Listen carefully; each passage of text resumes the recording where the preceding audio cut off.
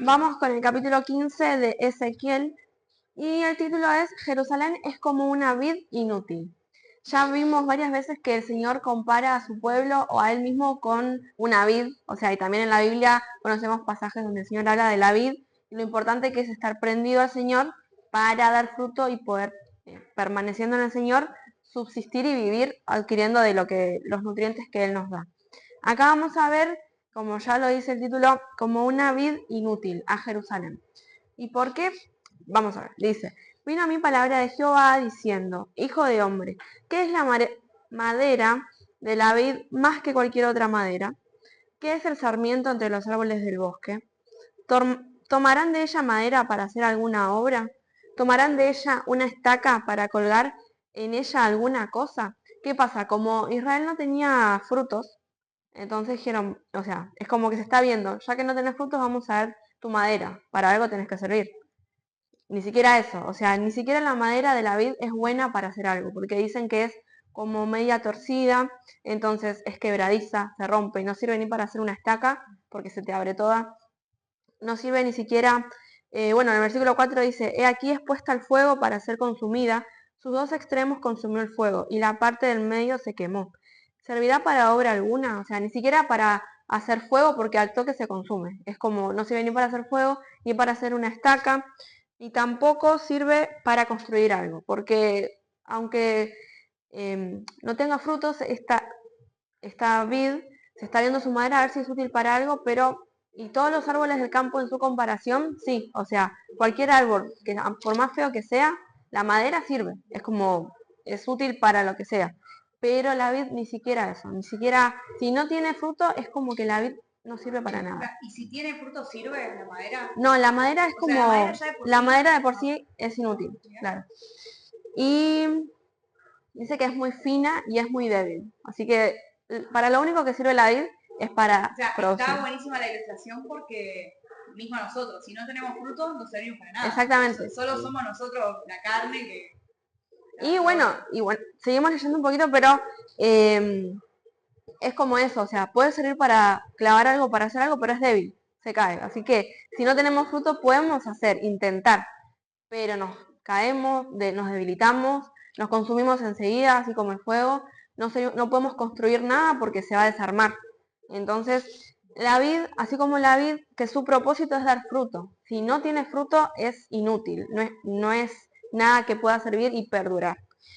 Seguimos leyendo, dice, por tanto, así dicho Jehová el Señor, como la madera de la vid entre los árboles del bosque, la cual di al fuego para que la consumiese, así haré a los moradores de Jerusalén.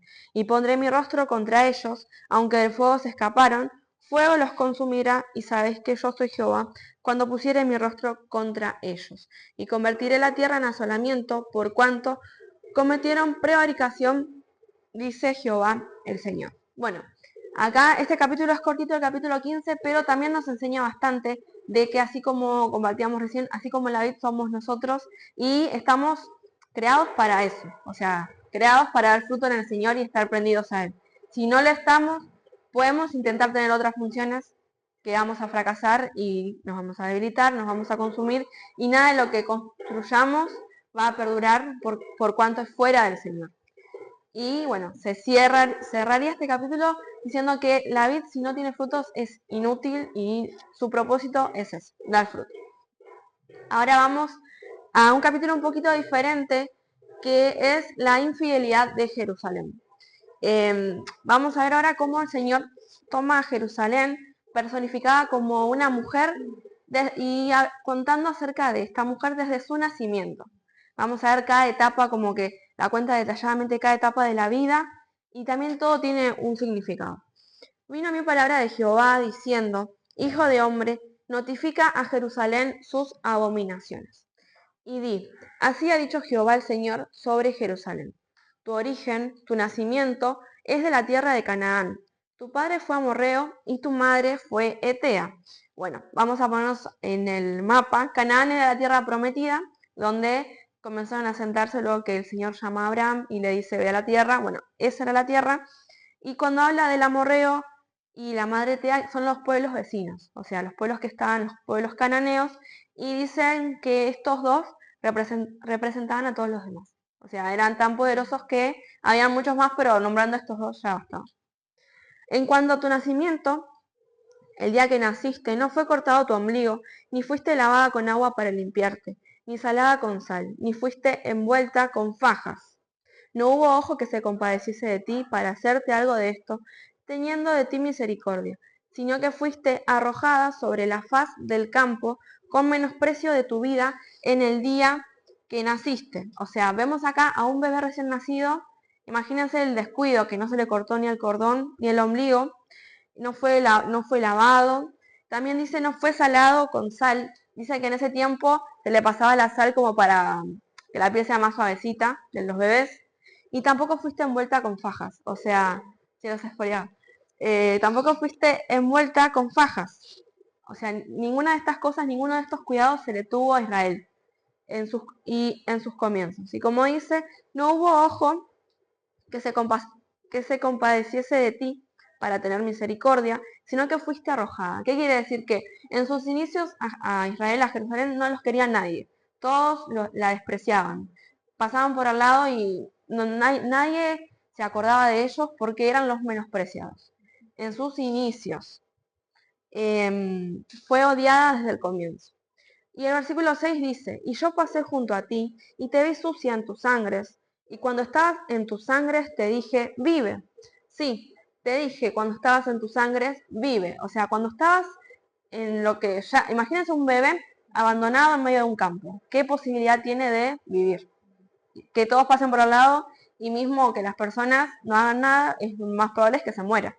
Y cuando dice que el Señor lo vio en esa condición a Israel y le dijo, vive. Como que le dio ese aliento de vida para vivir. Y vivió. Versículo 7 dice, te hice multiplicar como la hierba del campo y creciste, y te hiciste grande y llegaste a ser muy hermosa.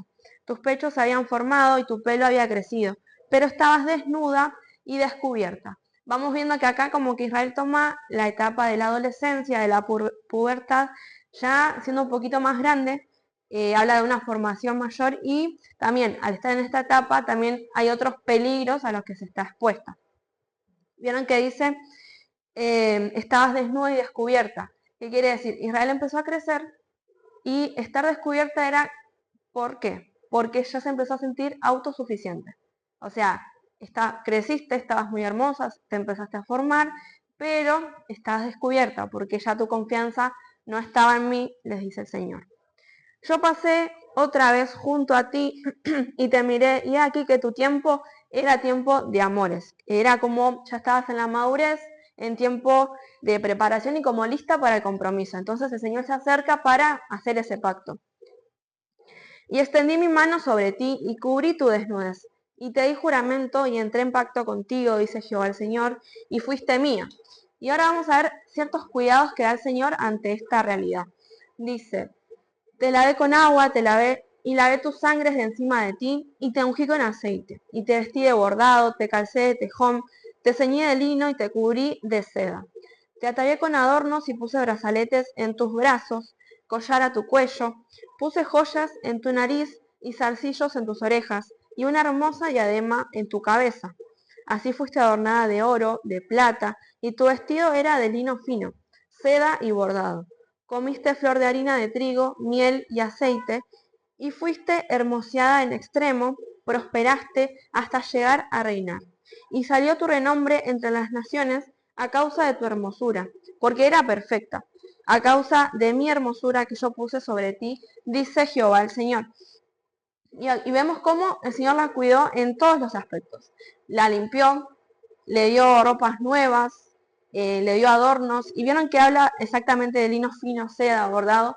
Cuando se refiere así, también dice que cuando el Señor habla así, únicamente también habla del tabernáculo. O sea, de la misma manera que el Señor planeó el tabernáculo con tanta delicadeza y detalle, también bendijo a Israel con todos esos elementos tan caros y en ese tiempo muy importantes. Les dio, vestiduras, adornos, cosas muy caras y también no solamente lo externo, sino que también le dio el alimento especial. Vieron que dice, comiste flor de harina, trigo, miel y aceite. Cuando habla de esto también son parte de las cosas que se ofrecían en los sacrificios, en las ofrendas, o sea, comiste lo mejor, lo que me entregaban a mí era lo que vos también comías, le decía Israel. Versículo 15, pero confiaste en tu hermosura y te prostituiste a causa de tu renombre, y derramaste tus fornicaciones a cuantos pasaron, suya eras. Tomaste de tus vestidos y te hiciste diversos lugares altos, y fornicaste sobre ellos.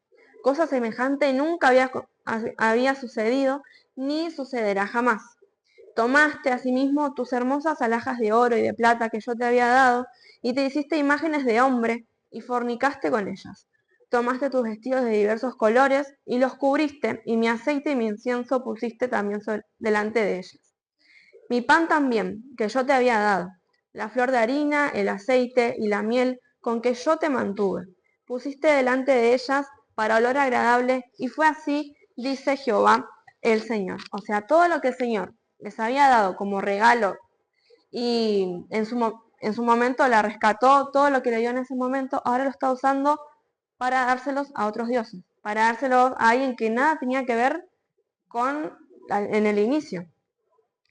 Vieron que también dice, te hiciste diversos lugares altos, es como que en otras versiones o la traducción como que te hiciste burdeles, te hiciste lugares para prostituirte, como construiste lugares y en qué cabeza cabe hacer todo esto siendo que yo te di todas estas cosas. Versículo 20. Dice, además de esto tomaste tus hijos y tus hijas que habías dado a luz para mí y los sacrificaste a ellas para que fuesen consumidos. ¿Eran poca cosa tus fornicaciones para que degollases también a mis hijos y los ofrecieras a aquellas imágenes como ofrenda que el fuego consumía? O sea, ¿no te bastaba con hacer todo lo que hiciste para hacer también esto? Con todas tus abominaciones y tus fornicaciones no te has acordado de los días de tu juventud, cuando estabas desnuda y descubierta, cuando estabas envuelta en tu sangre. Y sucedió que después de toda tu maldad, y ahora vemos que hay entre paréntesis y dice, ay de ti, dice Jehová el Señor, como el mismo el Señor sintiendo el dolor que va a sentir este pueblo. Te edificaste lugares altos, te hiciste altar en todas las plazas, en toda cabeza de camino edificaste lugar alto, e hiciste abominable tu hermosura, y te ofreciste a cuantos pasaban, y multiplicaste tus fornicaciones. ¿Vieron que dice, hiciste abominable tu hermosura? Yo también pensaba que es como, ¿vieron cuando uno ve, por ejemplo, a una joven, a una chica, ay, mirá, qué linda que es, pero de repente la estás viendo y se juntó y no, está arruinada. Es como tan hermosa por tomar malas decisiones y por seguir la corriente, se empezó a arruinar y lo tan lindo que era ya dejó de ser inocente y dejó de ser algo tan tierno para convertirse en algo que te da pena. De esa misma manera, Israel se convirtió en esa ciudad que era bendecida por el Señor, hermosa por la hermosura del Señor, en abominable, en algo que no se podía explicar cómo terminó así.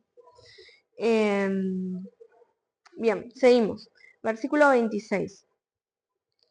Dice, y fornicaste con los hijos de Egipto, tus vecinos, gruesos de carne, y aumentaste tus fornicaciones para enojarme.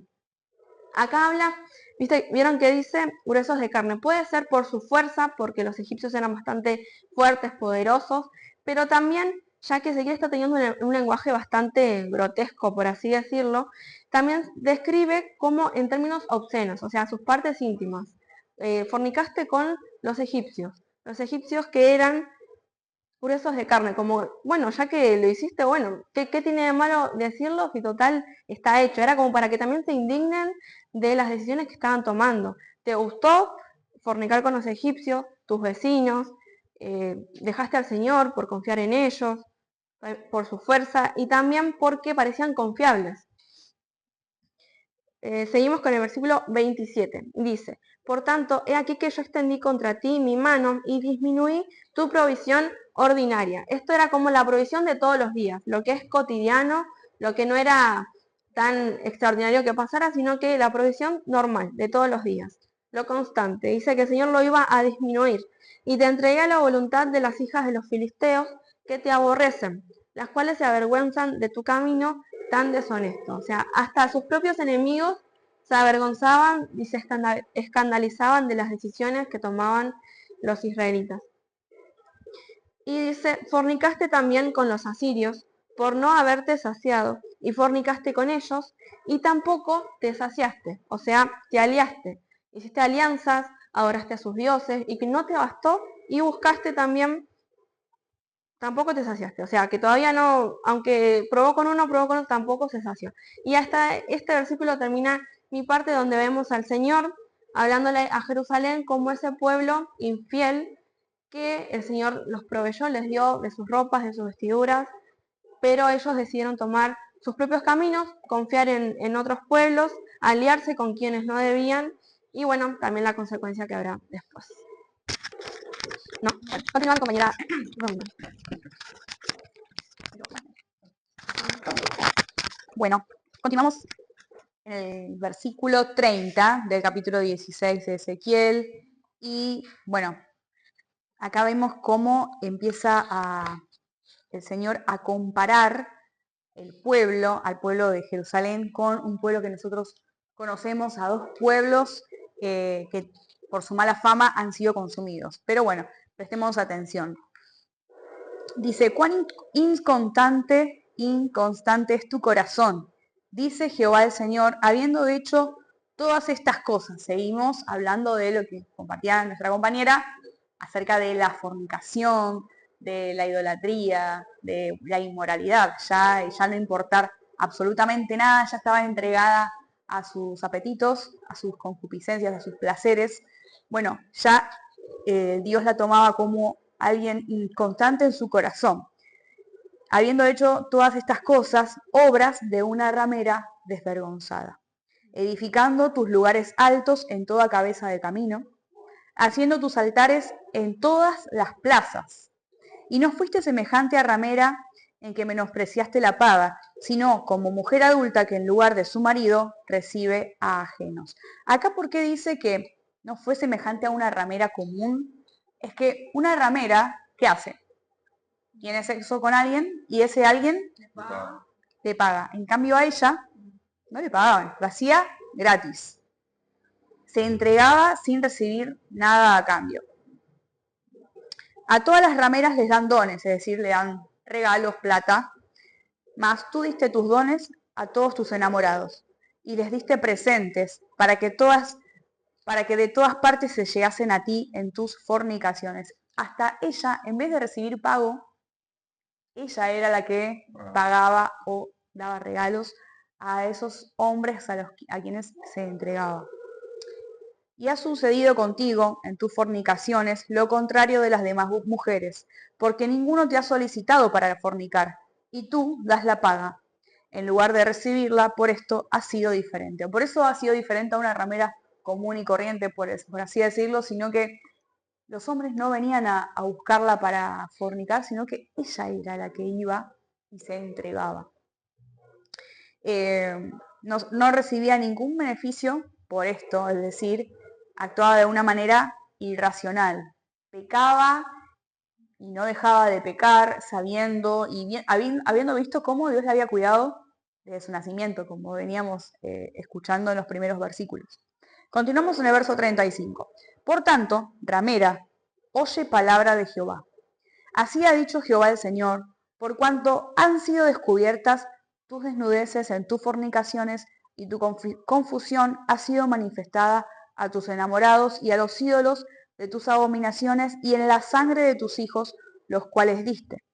Por tanto, he aquí que yo reuniré a todos tus enamorados, con los cuales tomaste placer, y a todos los que amaste, con todos los que aborreciste, y los reuniré alrededor de ti, y les descubriré tu desnudez, y ellos verán toda tu desnudez. Bueno, acá hay algo que me pareció también un poco curioso, buscando qué significa la expresión descubiertas tus desnudeces, cuando dice, por cuanto han sido descubiertas tus desnudeces. Bueno, se dice que esta expresión significa que, a ver cómo explicarlo, ella, por haber fornicado tanto y con tantas personas, tenía ya hasta enfermedades venéreas, enfermedades de transmisión sexual. Entonces quiere decir que se que ya hasta tenía eso, porque en sí ya su desnudez ya había sido descubierta o sea, su desnudez física por todos los hombres con los que estuvo. Pero acá cuando dice, se han descubierto tus desnudeces en tus fornicaciones, quiere decir que ya estaba contaminada y enferma, y todo esto ya lo iba a saber, como dije aquí, todos los enamorados con los que ella estuvo, y aún dice que hasta tuvo hijos. Bueno. Además, eso es una presión de decir, te voy a mostrar a tú tal cual sos vos. Sí, y tu vergüenza. Porque imagínense que una enfermedad de ese estilo, si ahora, al día de hoy, es una vergüenza, imagínense en ese tiempo. Que en ese tiempo quizás no se lo podía ocultar tanto como ahora. Ahora, si alguien no te lo dice, quizás vos no sabés, pero en ese tiempo se ve que ya era notorio. Bueno. Y yo te juzgaré por las leyes de las adúlteras y de las que derraman sangre, y traeré sobre ti la sangre de ira y de celos. Y te entregaré en manos de ellos, y destruirán tus lugares altos, y derribarán tus altares, y te despojarán de tus ropas, se llevarán tus hermosas alhajas, y te dejarán desnuda y descubierta. Es decir, todas aquellas personas a las que ella se entregó y de una manera confió, Dios la iba a entregar a ellos, a que hagan lo que quieran, a robarle, a desnudarla más aún. Dice, y harán subir contra ti muchedumbre de gente, y te apedrearán, y te atravesarán con sus espadas. Quemarán tus casas a fuego, y harán en ti juicios en presencia de muchas mujeres, y así haré que dejes de ser ramera, y que ceses de prodigar tus dones. Aquí, esta manera de actuar de Dios es como una manera de, vamos a decirlo así, curarla, hacerla pasar por todo este momento de ser descubierta, de ser enjuiciada, de ser apedreada, como una manera de cuidar ese camino que ella eligió erróneamente, el camino de la fornicación y también de la idolatría, ¿no? Dice, y saciaré mi ira sobre ti, y se apartará de ti mi celo, y descansaré, y no me enojaré más. Por cuanto te acordaste de los días, por cuanto no te acordaste de los días de tu juventud, y me provocaste a ira en todo esto. Por eso, he aquí yo también traeré tu camino sobre tu cabeza, dice Jehová el Señor, pues ni aún has pensado sobre toda tu lujuria. Bueno, aquí vemos, ¿no? Cómo el Señor la va a hacer pasar por todo esto, pero hay como una palabra de restauración igualmente, pero no deja igual de traerle, de exponerla, de hacerla pasar por ese momento de vergüenza y también de destrucción para que medite y reflexione y tenga un cambio de vida, ¿no? Y estamos hablando cómo se toma y se compara a Jerusalén con una ramera que peca sin reparos y que no actúa aún hasta inteligentemente, ¿no? No recibe ningún beneficio de todo lo que se alejó del Señor buscando algo mejor, pero no recibió nada bueno. Y acá vemos, ¿no? Dice, versículo 44, he aquí, todo el que usa de refranes, te aplicará a ti el refrán que dice, y este refrán lo van a conocer, que dice, cual la madre, tal la hija, es decir, de tal palo, la astilla. Hija, eres tú de tu madre, que desechó a su marido y a sus hijos, y hermana eres tú de tus hermanas, que desecharon a sus maridos y a sus hijos. Vuestra madre fue Etea y vuestro padre amorreo. Y tu hermana mayor es Samaria, ella y sus hijas que habitan al norte de ti, y tu hermana menor es Sodoma, con sus hijas, la cual habita al sur de ti. Ni aún anduviste en sus caminos, ni hiciste según sus abominaciones antes. Como si esto fuera poco y muy poco, te corrompiste más que ellas en todos tus caminos. Acá vemos cómo Jerusalén decía ser mejor que sus hermanas, digamos, ¿no? Como acá está hablando de Samaria, pero también está hablando de Sodoma, ¿no? Y sabemos que Sodoma fue una de las tierras que más se corrompió con inmoralidad, con fornicación, Jerusalén se pensaba y decía sobre sí que era mejor que ellas, pero al final fue peor. Bueno, hace unas cuantas clases, Isma dio un capítulo con el cual decía que lo que había hecho Jerusalén había sido igual o peor que lo de Sodoma y Sí. Gomorra. Y también se había dicho esto que voy a decir ahora, ¿no? Que el pecado de Sodoma no había sido solo de fornicación, sino que fue la soberbia, fue la abundancia, es decir, el tener, y la falta de ayuda al necesitado. Ese también fue un gran pecado que el Señor no dejó pasar y por eso actuó de la manera en la que actuó. Continuamos en el versículo 48. Vivo yo, dice Jehová, que Sodoma tu hermana y sus hijas no han hecho como hiciste tú y tus hijas. He aquí que esta fue la maldad de Sodoma tu hermana. Soberbia, saciedad de pan y abundancia de ociosidad tuvieron ella y sus hijas, y no fortaleció la mano del afligido y del menesteroso, lo que acabo de decir. Y se llenaron de soberbia e hicieron abominación delante de mí, y cuando las vi, las quité.